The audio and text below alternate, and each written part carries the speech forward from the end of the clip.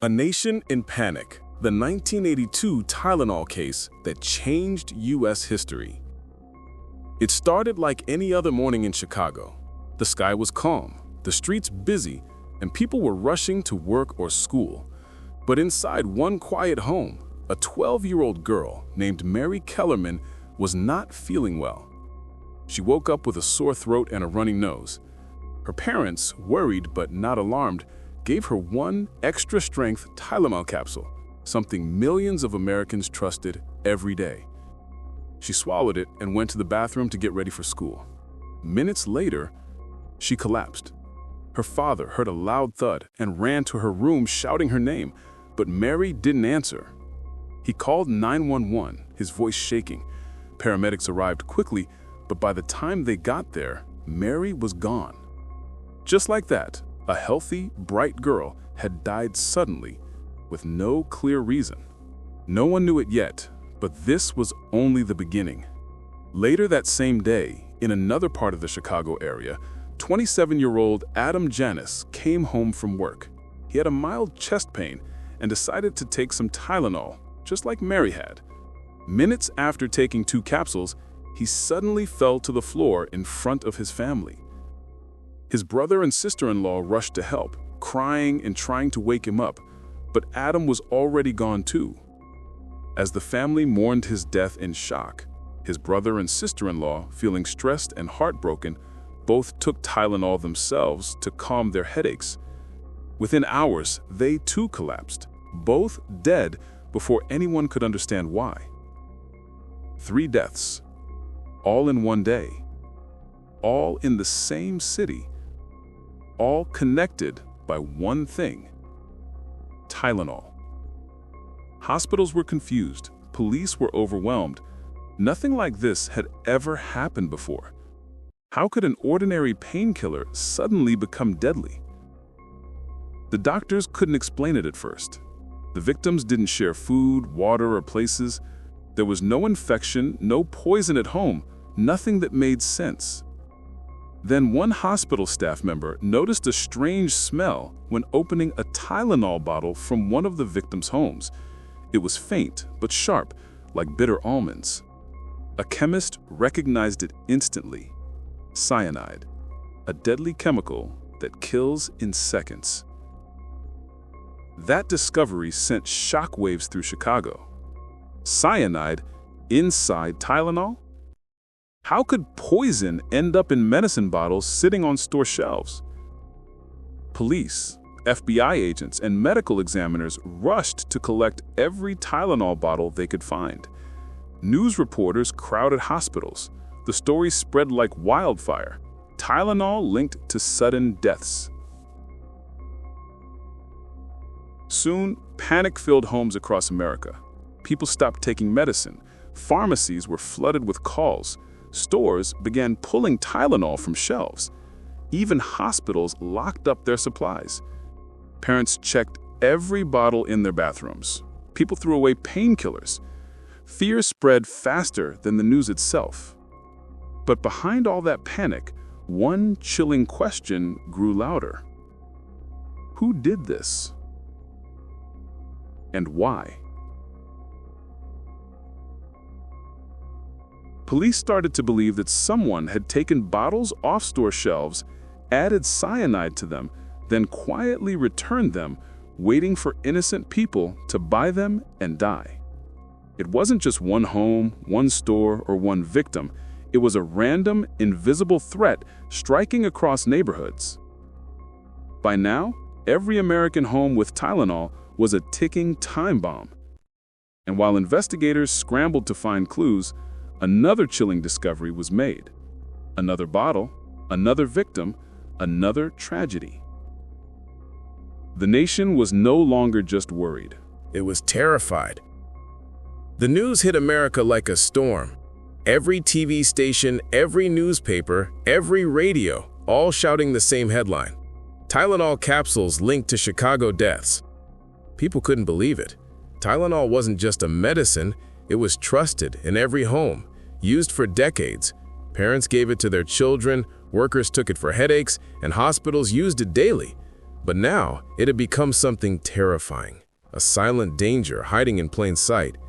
In grocery stores and drugstores across Chicago, people rushed to return their Tylenol bottles. Some stores cleared their shelves completely, throwing away every capsule, terrified of another death. Phone lines at the police department were jammed. Hospitals were flooded with worried patients asking, "What if I took one?" Even doctors were scared, because no one knew how many bottles were poisoned or where they were. The company that made Tylenol, Johnson & Johnson, was also in shock. Their phones rang non-stop. The company's leaders met urgently to decide what to do. They could have denied it or blamed someone else, but instead, they made a bold move. They told everyone, "Stop taking Tylenol immediately." Within days, they pulled 31 million bottles off shelves across the US, worth over $100 million. It was one of the biggest recalls in American history. People watched on live TV as trucks carried boxes of Tylenol away to be destroyed. But even after the recall, fear kept spreading. No one knew if the poisoner was caught. No one knew if other products were targeted next. Parents double-checked every label. People stopped trusting over-the-counter medicine. The whole country felt unsafe, even in their own homes. While the nation panicked, investigators worked on the clock. The FBI, the Food and Drug Administration, and local police all joined forces. They followed hundreds of leads, searching for anyone who might have handled the poisoned bottles. They discovered that all the victims had bought extra-strength Tylenol capsules from stores in the Chicago area, but not from the same one. That meant someone was moving around, secretly placing poisoned bottles back on store shelves. Detectives examined every bottle carefully. They wore gloves and masks, afraid of touching the deadly capsules. Each poisoned one contained enough potassium cyanide to kill thousands. The FBI set up a command center in downtown Chicago. Maps of stores, delivery routes, and victim locations covered the walls. Agents marked red pins where each death happened, and soon the map showed a chilling pattern. All the deaths were within a small area, close enough that the poisoner could have driven between them in a single day. But there were no fingerprints, no cameras in stores, no witnesses who saw anyone suspicious. The poisoner had vanished into the crowd. Then a strange letter arrived at Johnson & Johnson headquarters. It was from someone claiming to be the person behind the poisonings. The letter demanded $1 million to stop the killings. The FBI quickly traced the letter to a man named James W. Lewis, living in New York. When agents stormed his home, they found typewriters, paper, and other materials that matched the ransom note. Lewis was arrested and charged, but something didn't fit. He was hundreds of miles away when the poisonings happened. There was no proof he ever touched a single Tylenol bottle. It seemed he was just trying to take advantage of the tragedy. Even though Lewis was convicted of extortion, he wasn't charged for the poisonings themselves. The real person, the one who had mixed cyanide into those capsules, was still free. Meanwhile, in Chicago, people began to live differently. Pharmacies started locking up medicines behind glass. Families avoided taking capsules altogether. TV anchors warned, "Check your bottles before using anything." The fear was so deep that even other cities started worrying. If someone could poison medicine in Chicago, what would stop another person from doing it elsewhere? Supermarkets and pharmacies hired extra security. The US government pushed new safety laws, and the company, Johnson & Johnson, came up with something brand new: tamper-proof packaging. For the first time ever, medicine bottles came with plastic seals, foil covers, and child-proof caps. The tragedy had changed the world of medicine forever. From that day on, every product on shelves had to prove it hadn't been touched, all because of what happened in 1982. But even as safety returned, the mystery never did. Who would do something like this and why? Was it revenge? Was it random? Or was it someone trying to test how far they could spread fear?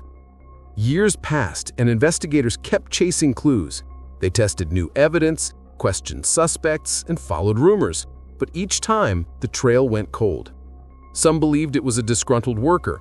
Others thought it might have been a random act of terror. But no one could prove anything. The case grew colder each year, but the pain it caused never faded. For the families who lost loved ones, every unanswered question was another wound. Decades later, Even with new technology and DNA testing, the Tylenol case remains one of the most haunting, unsolved crimes in American history. It wasn't just about the deaths, it was about trust. Before 1982, Americans believed that what they bought from a store was safe. After the Tylenol case, that trust was broken forever. The fear had changed everything, and even now, more than 40 years later, the shadow of that panic still lingers. But just when everyone thought the story was over, something unexpected happened. A new clue surfaced, and with it, a chilling reminder that the case might not be as cold as people believed. For years, the Tylenol case sat in dusty files inside police stations, an open wound in American history that no one could close. But time has a strange way of bringing back old ghosts. In 2009, nearly 3 decades after the tragedy, the FBI reopened the case. New technologies, like DNA testing and digital tracking, gave investigators hope that maybe, just maybe, they could finally find the person behind it all. And once again, all eyes turned to a familiar name, James W. Lewis, the same man who had written the ransom letter back in 1982. Lewis had already served time for extortion, but now agents wanted to know more. They questioned him again, searched his home, and even took samples of his DNA. Investigators hoped that new science could do what old methods never could, link him directly to the poison bottles. But even after months of digging, nothing solid was found. No DNA match, no fingerprints, no physical proof that tied him to the crime scene. Still, many people believed Lewis knew more than he ever said. He denied it again and again. He claimed he only sent the letter to scare the company, not because he had poisoned anyone. The mystery deepened once more. Meanwhile, for the families of the victims, every headline brought back painful memories. They had spent years hoping for closure, hoping someone would finally be held responsible. Mary Kellerman's parents still lived with the memory of that quiet morning when their daughter took 1 capsule and never woke up. The Jonas family, who lost 3 relatives in one day, said they could never forget the sound of sirens and the look of disbelief on doctors' faces. Each family's life was divided into 2 parts, before Tylenol and after. But despite the pain, their tragedy helped save millions of others. Because of what happened to them, the U.S. government passed strict new tamper-proof laws. Every medicine bottle, every food jar, every sealed product that you open today, all came from lessons learned through this one terrible event. America had changed forever. Safety was no longer something people assumed. It had to be earned and protected. Still, the question of who did it never went away. Over the years, other names appeared. Former employees, pharmacists, even random strangers who bragged falsely about being involved. Police followed every lead. Each time, it led nowhere. Reporters continued to chase the story. True crime documentaries kept the memory alive. Some theories even suggested that the poisoner might have tested the cyanide in Chicago first, just to see how the public would react, planning something much bigger later. If that was true, it meant the Tylenol case wasn't just a crime, it was a warning, a sign that even ordinary products could be turned into tools of terror. In 2023, a new wave of attention hit the story once more. When James W. Lewis was found dead in his Massachusetts home, people began asking questions again. Had he carried the truth to his grave? Was he really innocent, or was he hiding something all along? Police reviewed the files once more, searching for anything that could have been missed. But the trail was still cold.